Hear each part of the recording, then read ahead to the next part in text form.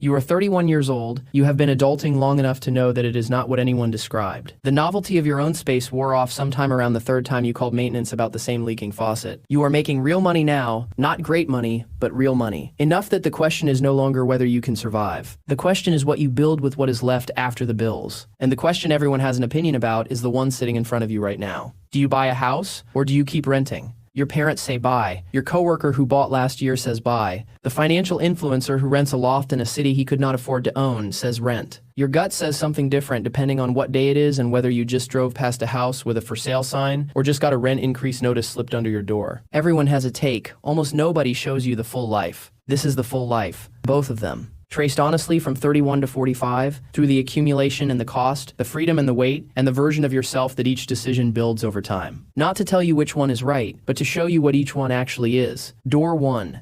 You keep renting.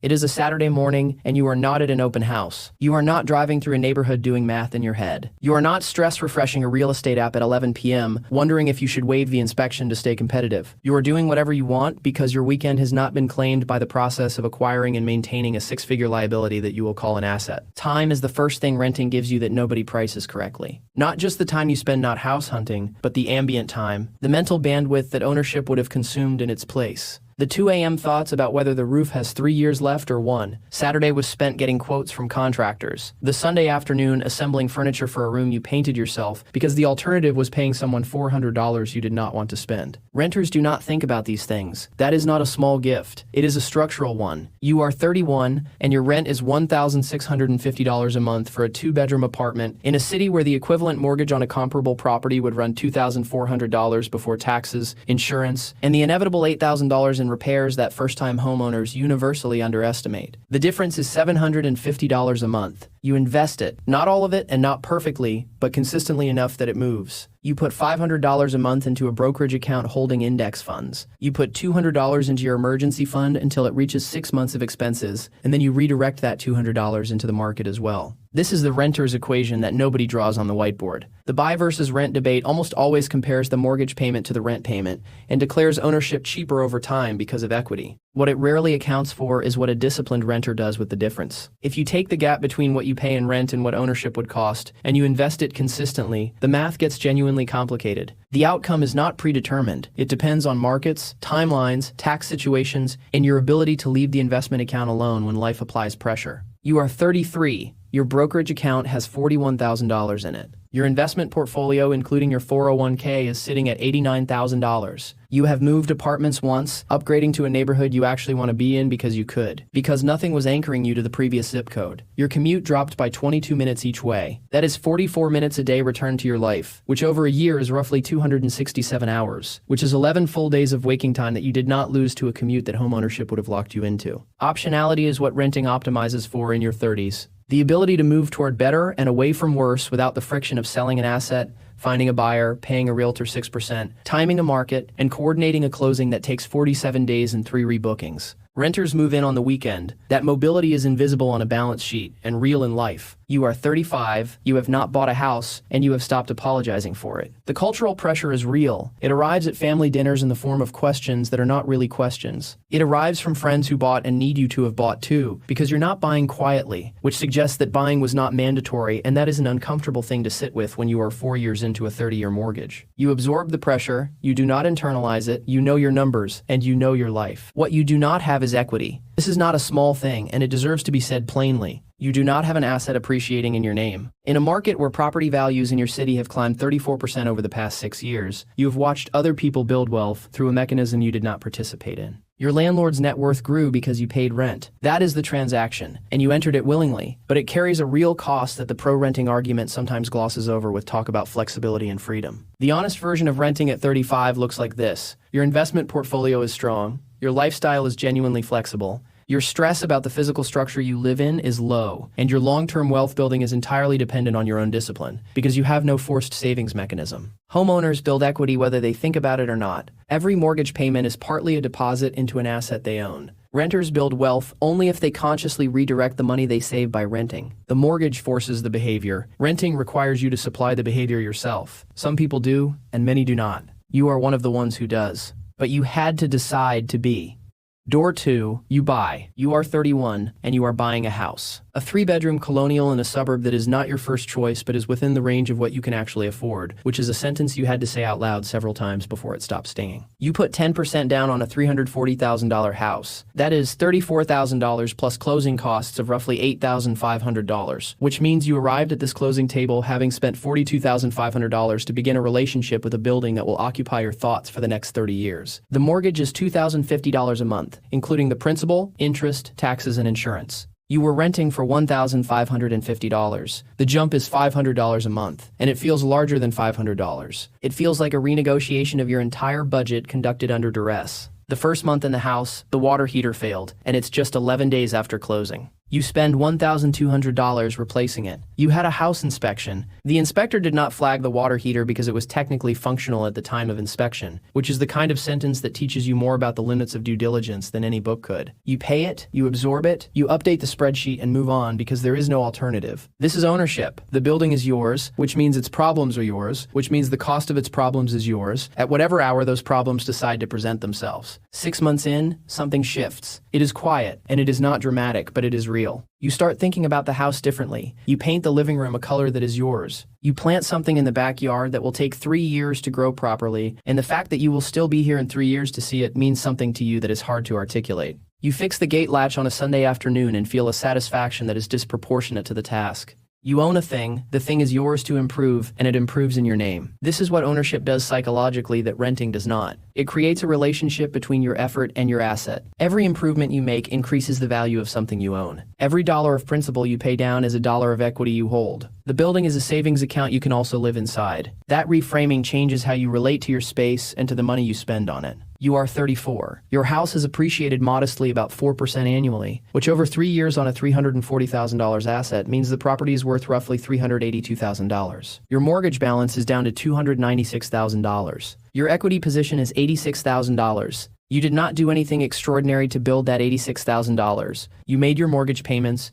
and you did not sell. That is the mechanism. It is not sophisticated, it is consistent, leveraged, and it compounds. Your neighbor bought the same year you did. She has refinanced once, pulling out $22,000 in equity to consolidate credit card debt. Her equity position is lower than yours. This is the shadow side of house equity that ownership advocates underemphasize. Equity is only wealth if you do not extract it. The house is not an ATM. The homeowners who lose the long-term wealth-building benefit of ownership are often the ones who treat equity as accessible cash during every financial inconvenience. You have not done this. You have treated the mortgage as a commitment and the equity as future wealth. That distinction is the difference between homeownership as wealth building and homeownership as expensive housing. You are 35, the house needs a new roof. The estimate comes back at $14,000. You knew this was coming because you had an inspector look at it 2 years ago who told you to budget for it within 3 to 5 years. You had the money set aside because you had been putting aside $250 a month into a house maintenance fund since you bought. This is the version of homeownership that works. The one where you treat maintenance capital as a non-negotiable operating cost and not as an optional expense that surprised you. Most people are surprised anyway, but you are not one of them. Where the paths diverge between 35 and 45. At 35, both versions of you are building something real. The renter has an investment portfolio that is genuinely impressive, liquid, and growing. The homeowner has equity in an appreciating asset, a forced savings mechanism, and a relationship with a piece of land that is compounded quietly for 4 years. Neither is obviously ahead. Both have paid real costs for their respective positions. But the decade between 35 and 45 is where the divergence becomes visible in ways that matter.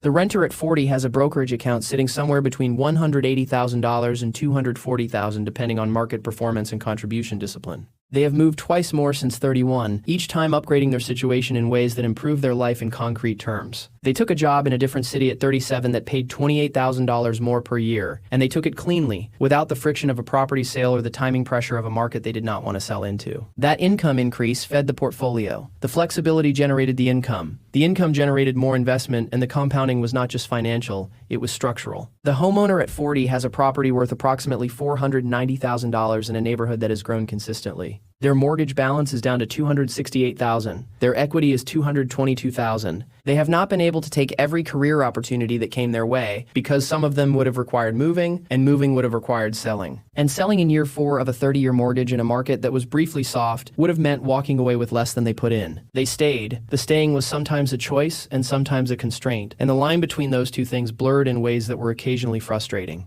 At 45, the homeowner has paid down the mortgage to $231,000 on a property now worth approximately $540,000. Their equity is $309,000. They have also spent roughly $67,000 on maintenance, repairs, and improvements over 14 years. Their net equity position, accounting for those costs, is closer to $242,000 in real terms. It is still significant. It is still wealth, and it did not arrive without cost. The renter at 45 has a portfolio of approximately $380,000 to $440,000 depending on returns and contributions. They have no house equity. They have no forced savings record. They have a liquid asset they can access in 72 hours and a life that bent toward opportunity more than it bent toward stability. The portfolio is larger than the homeowner's net equity position in some scenarios and smaller in others. The market determines the gap more than either person's decisions do, and that uncertainty is the honest answer that the buy versus rent debate rarely gives you. What nobody tells you about each path. What nobody tells you about long-term renting is the rent increase problem. You can invest the difference between rent and a mortgage only if that difference remains positive. In cities where rent has grown faster than wages, that gap closes and sometimes reverses. The renter who was paying $1,650 in 2024 might be paying $2,300 in 2031 for the same apartment in the same building.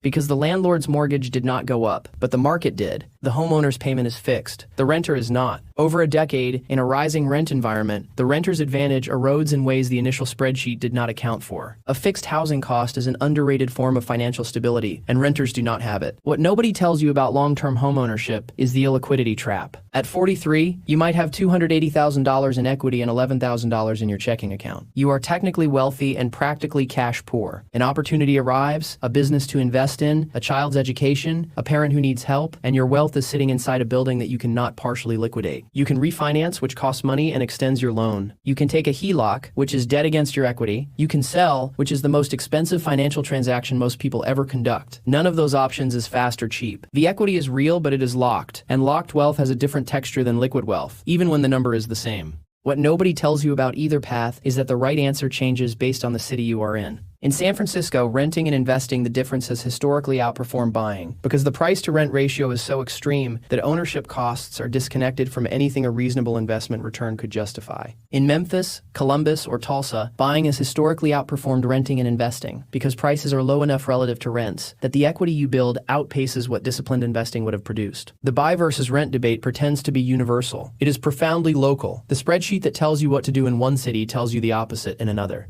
The real difference. You have been reading this as a financial comparison. It is partly that, but only partly. The renter and the homeowner at 45 are not just people with different balance sheets. They are people who made different bets on what they valued in their 30s and lived inside those bets long enough for them to shape who they became. The renter bet on flexibility, on the ability to move toward better, to stay liquid, and to build wealth through discipline rather than through obligation. That bet paid off in freedom and optionality and a portfolio that is entirely their own creation. It cost them equity they did not build, stability they did not have, and a permanence they did not feel in any of the spaces they lived in. The homeowner bet on commitment, on the compounding that comes from staying, from improving, from being rooted somewhere long enough that the neighborhood changes around you and you are still there. That bet paid off in equity, stability, and a relationship with a place that is genuinely different from anything a renter experiences. It cost them mobility they did not have, liquidity they could not access, and a flexibility they traded at the door. Neither cost was wrong, both were real. The financial outcomes at 45 are closer than either side of this debate wants to admit, and the gap between them is determined more by market conditions than by the wisdom of the decision. What is not close is the life that surrounds the outcome, the texture of the weekends, the relationship with risk, the things you said yes to and the things you said not yet to, and whether those decisions tracked with who you actually are.